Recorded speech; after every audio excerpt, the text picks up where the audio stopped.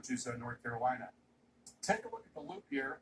This is over the last 24 hours, and you can see there is a difference in the character of the storm. You see the dark colors in what we call the CDO, or Central Dense Overcast. You see a lot more of that dark color 24 hours ago as it was coming into the Bahamas. So at that time, the storm was, as we mentioned, one of the very worst storms that we have ever seen in the Atlantic Basin. It's still an incredibly powerful storm. It started up so high, even though it has weakened, it is certainly not weak. It's far from that. Still an unbelievably powerful storm. Look at Freeport. Just not moving right now on Grand Bahama Island.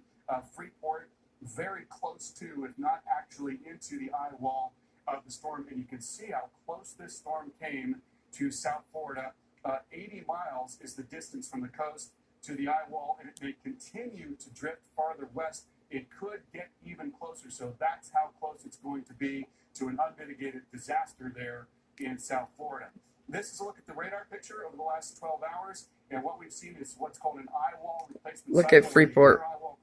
Last 12 hours. Eye wall takes over. Usually that means a degradation of the eye wall and the intensity, but also we see the wind field spreading out, which may have some implications farther down the road. That could mean some stronger winds as the storm works up along the coast. But right now, we're not seeing very strong winds, as those strongest of winds are really confined to the central part of the storm.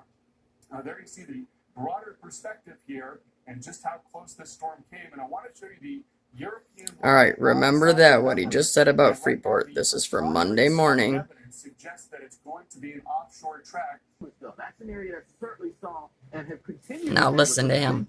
Impacts there. The images here have just been unreal, devastating, right? You're looking at some of that from Grand Bahama International Airport from Monday. Yeah, it is the airport. But as you come to your screen, the airport flooded. Water so high there that some of the waves, they end up crashing there against the building. Dorian, though, continuing to lash out against the island this morning. That slow movement has just been unreal. Dorian also left its mark across Freeport there, Bahamas, which really didn't get into the eye of the storm. But again, you don't have to get into the eye. Produce strong winds, drenching rains, and of course, big-time storm surge that left some of these homes and cars underwater. Powerful hurricane here continuing to batter Freeport, the Bahamas, here this morning. And the first victims of Dorian, that arrived in Nassau, Bahamas on Monday. The U.S. Coast Guard leaving from Miami to pick up those injured. Do you hear how much they lie back and forth? Yesterday, it hit literally right off the eye wall for over 24 hours in Freeport.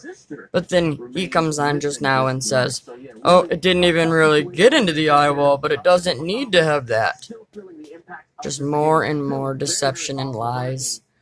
Look at Freeport right there. I mean, are you kidding me? 15-mile-per-hour wind, still a Category 3 hurricane. But notice now, it was stationary for a good portion of late last night during the overnight period, starting to maybe take more of that turn to the northwest. Still slowly, though, at 1 mile per hour. So it is still moving slow, but maybe starting Guys, please stay aware. This is not over. God bless you guys.